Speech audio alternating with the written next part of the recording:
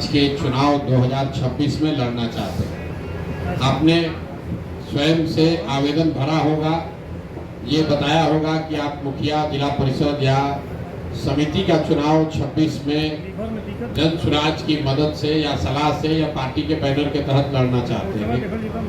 ज्यादातर लोग ये भी सोच कर आए होंगे, कुछ लोग कम से कम, कि जन स्वराज से लड़ेंगे। जो लड़के ने सवाल पूछा, हमारा इसमें क्या फायदा है। कुछ लोगों को लगता है कि पंचायती राज का चुनाव अगर हम निर्दलीय बिना किसी दल के लड़ेंगे तो आप गाँव में सुनते होंगे, लोग कहता है हम तो सर मुखिया है, किसी दल में नहीं जुड़े हैं, क्योंकि हमको सब पार्टी वाला वोट देता है। तो अगर आपको सब पार्टी वाला वोट चाहिए तो आपको जन स्वराज की इस व्यवस्था से नहीं जुड़ना चाहिए, इसमें लड़ने का प्रयास नहीं करना चाहिए। लेकिन अगर आप पार्टी से जुड़कर चुनाव लड़ना चाहते हैं तो उसके लिए ये विकल्प है। जन स्वराज क्यों लोगों को कह रहा है कि पंचायती राज का चुनाव आप दल से लड़िए, इसकी दो वजह। पहला, बिहार में जन स्वराज के इस पूरे परिकल्पना में ये बताया गया है कि बिहार में भ्रष्टाचार और जो परेशानी है, बदहाली है, वो दूर सिर्फ विधायक को और मंत्री को बदलने से नहीं होगा। जब तक निचले स्तर से वार्ड सदस्य, मुखिया, समिति प्रमुख, जिला पार्षद, इस लेवल पर सुधार नहीं होगा तो सिर्फ विधायक और मुख्यमंत्री बदलने से बिहार का सुधार नहीं हो सकता।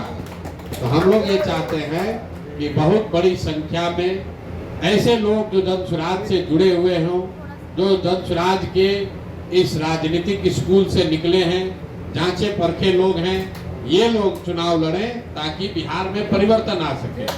दूसरी बात, क्यों ये लड़ाया जा रहा है, मैं एक अपने भाषणों में बात बताता हूं कि बिहार में पिछले 30 वर्ष में जितने भी सांसद और विधायक बने हैं, चाहे वो किसी भी दल के हों, वो सिर्फ 1250 परिवार के बच्चे ही।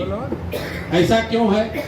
बिहार में करीब करीब 3 करोड़ परिवार रहता है, 13 करोड़ आबादी है, 3 करोड़ लोग परिवार रहते हैं।